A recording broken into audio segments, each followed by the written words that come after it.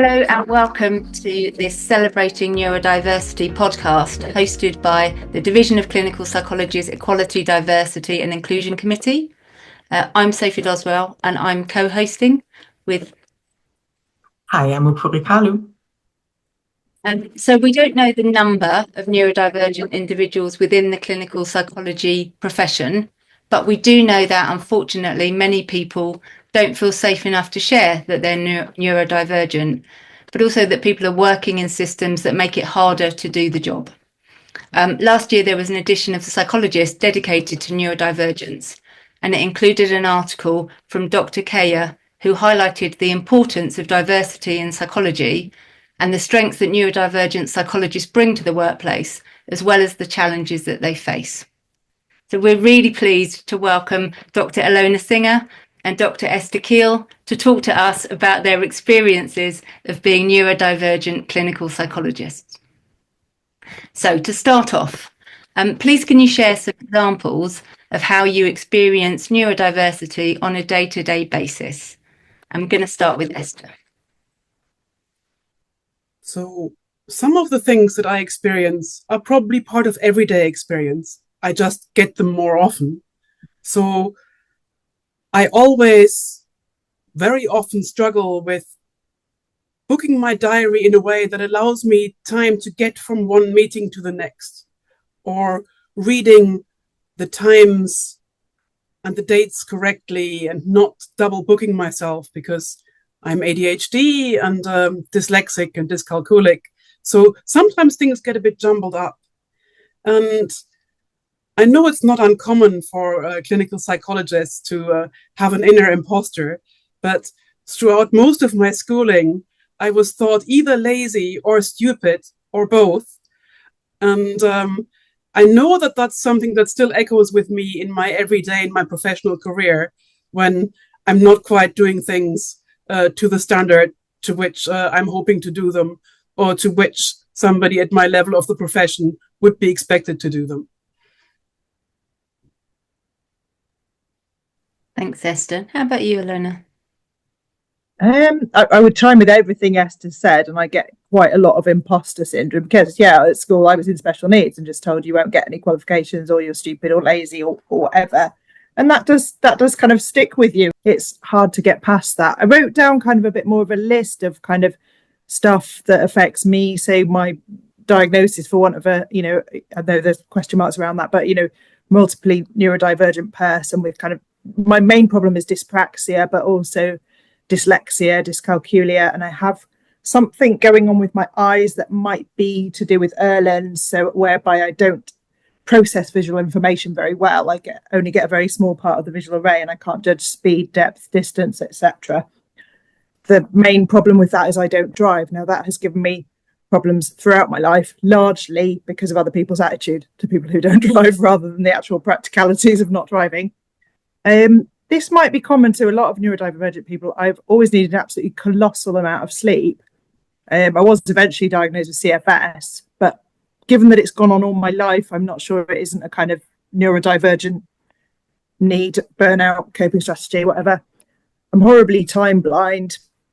So I have to sort of write lists for everything and schedule everything, and also write lists for if that thing ends early, what will I do with that extra 10 minutes? My sort of short-term memory is really poor. So anything kind of sequential, procedural, you do this, then you do this, then you do this. I really struggle with learning kind of new technology, new gadgets, new procedures. I don't cook. I'm lucky enough to have a partner who doesn't mind cooking, and I make him do it. But because I just had so many kitchen fires and mistimed burnt things. And technology, kind of poor sense of, I've got almost no sense of direction. I can't tell left from right. I'm regularly lost, so I will take a lot of cabs because I just can't find my way to places. Some things like exercising is difficult. Obviously that hasn't come in particularly to my job, but it's sort of proprioception and interoception. If I'm sort of like left to my own devices, I'll sit in a really funny way, and then at the end of the day I'll be in, people will come in and they'll go, oh, are you comfortable sitting like that? And then I'll suddenly realize that I'm not. Or I've got chronic dry eyes because I don't blink enough, and I didn't realize until a recent conversation with a friend that other people don't have to think to blink, it sort of happens up naturally, which it doesn't for me. I have to put a sticker on things that say blink now. So yeah, kind of, you know, everything, I think I'd say probably everything in life is a bit affected, and you know, some of it I've creatively had to find my way around. I'd love somebody to follow me for a week and go, Ilona, why are you doing it that way? How come you're not crossing the road? And I'll go, yeah, because I can't. I have to. Why aren't you cooking? Yeah, because it's really difficult. I can't do that on top of a job. So yeah, there's just that sense of having to make constant adaptations, balancing, a lot of imposter syndrome. I use, you know, I suppose the theoretical framework that I'd use, such as it is kind of like spoon theory, really. Do I have enough spoons to do this thing? If I want to do this thing, what other spoon do I lose to make it happen? Yeah, I think there's a real sort of reductionism with neurodiversity. Often people go, oh, dyspraxia, well, it just makes you clumsy, doesn't it? And I think, no, it's affecting my spatial sense, my short-term memory, my time awareness, my proprioception, my interoception, my self-esteem. It's really, really encompassing. Thank you both. And I think you've already touched a little bit on that, but I wondered if you can tell us a little bit more about the challenges you've been facing specifically as a neurodivergent psychologist. And maybe Ilana, if you start. Yeah, I'll have to not be too bitter because it was awful, actually. So there were a lot of challenges to become a psychologist, which I perhaps naively didn't think would be a thing. So the driving thing has been awful. And that's been exclusion from jobs, courses, etc. None of which needed it. For some of which it might have been a nice to have or whatever. But, you know, let me be absolutely point blank clear, because I took legal advice on this because I had to. You're not allowed to use it as a selection criteria for psychology. If there is travel, you're meant to state what the travel is and let a capacitous person think their way around how they could do that in whatever way, perhaps via access to work, perhaps via paying for their own cabs if they just choose not to drive. So yeah, I've been, you know, preemptively excluded from a lot of things, which has kind of had a lot of consequences. So it's kind of meant I've had to sort of work harder for less, like, because some of the opportunities were already blocked off. It meant that by the time I did get onto training, I had kind of less experience than, you know, peers who'd been sort of in, you know, getting assistant jobs for the same amount of time as I had, because it'd taken me longer. The other problem was stats, which is the reason I didn't do psychology, first of all. So, you know, my local course had a stats exam as sort of part of selection. So I knew that I'd fail that, so I couldn't go there. So I rang them up and said, look, I've got dyscalculia. What can be, is there any kind of accommodation? And it was just kind of no. So, you know, that was really, really difficult. That then meant I had to go to a not local course who'd actually misrepresented where their placements were because they assumed everyone drove. So I had sort of 3 and 4 hour commutes right the way through, which on top of being neurodivergent and a new parent made me qualify late, which affected my income. So there was the sort of battle to become a psychologist, and it was horrible. My training program was incredibly ableist and incredibly old fashioned. And when I would have any difficulty, I remember one of the tutors just talking to me about my impairment and using words like your impairment, and, you know, you're really lucky to have got here. It must have been a diversity thing because of your impairment. And, like, you know, really awful language. There was no humility and no interest in neurodivergence other than autism, which we were taught about ad nauseum, but not in the way that it might be affecting any of us. It was a very us and them thing. And when I asked for reasonable adjustments, I was told you can't have those because it wouldn't be fair to other trainees and things like that. You know, just horrible, horrible experience of training. As a qualified, much better. Still some problems. I'd struggled with some IT systems in certain places, and then some jobs were quite inflexible. So one expected me to dictate my notes, and I just hadn't, I don't know why, it just didn't work for my brain. So I ended up having to leave that job. And then there was one trust in which I failed NHS breakaway training. And then there was some bullying that resulted from that, where my job was kind of threatened a bit if you don't pass this, you know, and that went on for ages. And I sort of, that was a really, really nasty thing. And it was a bit like being back at school PE and, like, you know, someone's telling you to lift this arm and do this, and, you know, and you just, you know, I could no sooner do that than I could climb a mountain tomorrow, you know. So, Yeah, I think there's a sort of wider thing about imposter syndrome and confidence and competence and things like that. And I think certainly clinical training and quite early on in your career is a bit of an exercise in mini-meism, really. People seem to want to supervise somebody that could just sort of imitate them really well and butter up to them a bit. And I was no good at that. And not because I didn't want to be, I'm just too much of a weirdo. I couldn't do it. And there were things that I got in trouble for that now I look back and I think those are to do with my neurodivergence. And why was such a big fuss made? You know, one department said, "Oh, you're really sort of chaotic," and I said, "Oh, what do you mean?" And it was that I regularly did forget door codes, and I did. But when you've got a short-term memory that's a lot smaller than other people's, that may happen. And they said, "Oh, and your stuff you've got loads of stuff out on placement." And I said, "Oh. Some of that's my gym stuff because I go to the gym after work. Where should I be storing it?" And they said, "Well, in your car. Other trainees store it in their car." So I don't have a car. So like, sort of, there was a very much a typical model of how you should be, and when you kind of weren't like that, there was sort of a big scary question mark over it. Yeah, being qualified has been much better, but not great. Thank you, Ilona. And just to acknowledge, that there are significant challenges, and thank you for sharing them with us. Esther, what about you? Could you share some of the challenges specifically to being a neurodivergent psychologist? So I'll talk about the upsides later on, but in terms of the things that get in the way, I too don't drive for work, and I do my commutes and my visits and everything else by train and bicycle. And that's seen as quirky and strange, and you can't account for it on any trust system, but that's all right. What gets in the way and what I'm having to use lots of strategies to manage, and strategies always or usually involve extra time. So I am slower at a number of things than other people. All my trainees write reports quicker than I do, for example. And they write good reports. So that's to do with, I think, varying bits of executive dysfunction. So I realize we're talking to an audience of psychologists, but organizing tasks and materials, estimating how long time will take, task switching, like getting back into a task when the phone's rung or when an email has come in. So my notifications are turned off. And my phone tends to live on silent in my bag. Finding, sustaining, and shifting attention when I need to.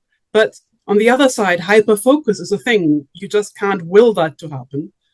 And it can be hard to regulate alertness and sustain motivation with a processing speed that needs a certain amount of stuff to go on to take over. So I fidget, I doodle, I move. And so understimulation is difficult in situations where that has to happen.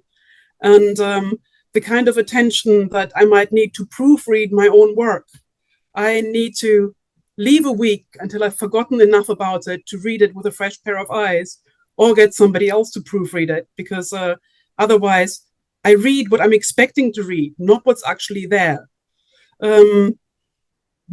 Managing frustration in a way that's not leading to shutdown can be an issue. Anything to do with working memory is hard. I know everybody says they have terrible memory for names and faces, but having been a psychology undergraduate, I've done lots of experiments that relate to this, and I really am in the bottom 10% for this sort of thing. Oh. As a psychologist, we're all taught about self-disclosure and boundaries, and I think I manage mine fairly well, but I cannot hide that I am hyperactive. I move, I play with a pen, I twitch my foot, etc., etc. So my patients and my colleagues know that I'm ADHD, because otherwise they might think I'm bored or uninterested or uncomfortable, and that wouldn't be helpful. Stigma is an issue because at the moment there's a lot of narrative around the different dyscalculias, dyslexias, etc., and ADHD and autism being fashionable and that more women are seeking diagnosis and being given diagnosis, and that it's somehow fake. And yeah, I'm sure some people aren't diagnosed appropriately, and I work with complex trauma. Complex trauma can produce lots of executive dysfunction and many of those other things. But the assumption that somebody isn't struggling because it isn't obvious that they're struggling, because they might be articulate or good at their job or really good at some aspects of their job, and that they must be ducking out of something or just not applying themselves or not working hard enough. That's something that is, I suspect, a major factor dogging neurodivergent psychologists. And the energy cost of masking. I've got to be professional. I've got to be a reasonable boss, colleague, supervisor, therapist, etc., like we all do. And I suspect most people have work personas to a degree. But if I wasn't working with a client group and in settings where people are fairly accepting or can become accepting, I think I would have a really hard time, because, as I said, I can't sit still. And ultimately, I've got to be able to do the job with reasonable adjustments, with whatever the end outcome has to be, that I've got to be able to do the job. Otherwise, no matter what label or not label, I can't be here. And that's got upsides and downsides. And I'm hoping to talk about some of the upsides later on, because I'm not on a downer here. I'm not defeatist. I think we need as much diversity and variety in our profession as reflects the general population. Thank you, Esther. Again, you're kind of touching on the next question there really well. We wondered whether you can talk a little bit more about some of what has helped you succeed at work. And if you start, Esther. So some of the things that I am learning tend to go hand in hand with neurodivergence. So if you've met one neurodivergent person, you've met one neurodivergent person. I'm saying what's true for me. I'm not claiming that this is gospel for anyone else.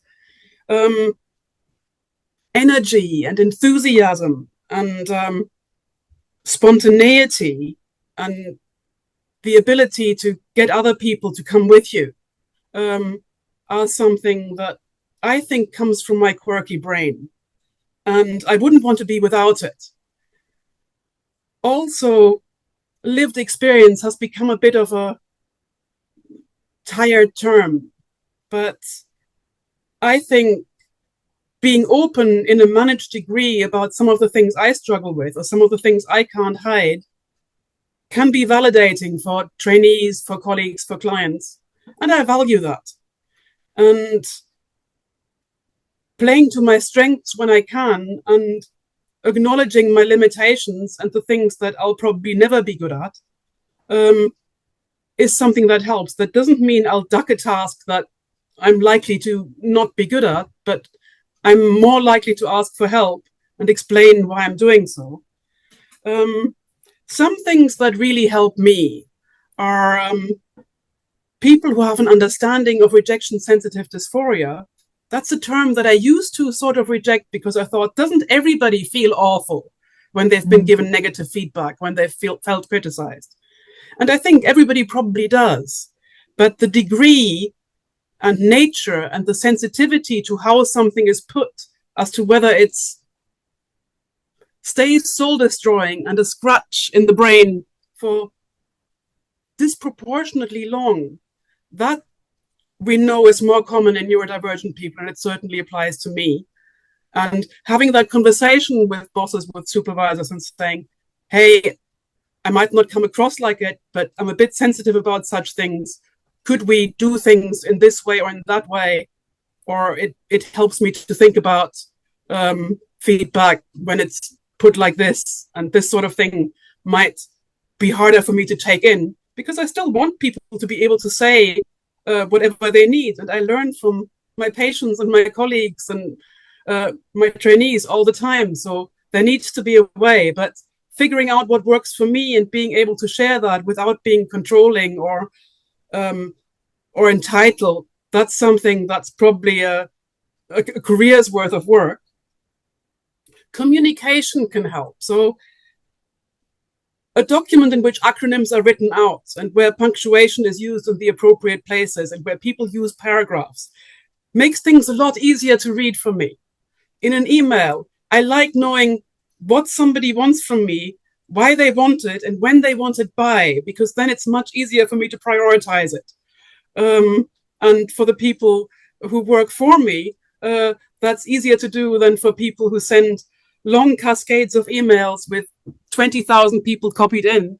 But that's my inability to remember acronyms is another bugbear. So clear communication and somebody saying, I want this of you, and this is why I'm sending this to you, can make it much more likely that I'm able to give somebody due attention. And also, neurodivergence, I think, has helped me be a more creative and playful therapist and psychologist and supervisor and teacher of trauma, teacher of things about trauma and stabilization and grounding and using the body for all these things as well as the mind. And without a somewhat quirky brain, maybe I wouldn't have become as interested, and it wouldn't have been as fun. It sounds strange to talk about working with complex trauma as fun, but I truly enjoy it. It's what I want to do, and I'm not sorry that I'm here, even though things in the NHS are currently quite difficult. So those are some of the upsides. Thank you very much, Esther.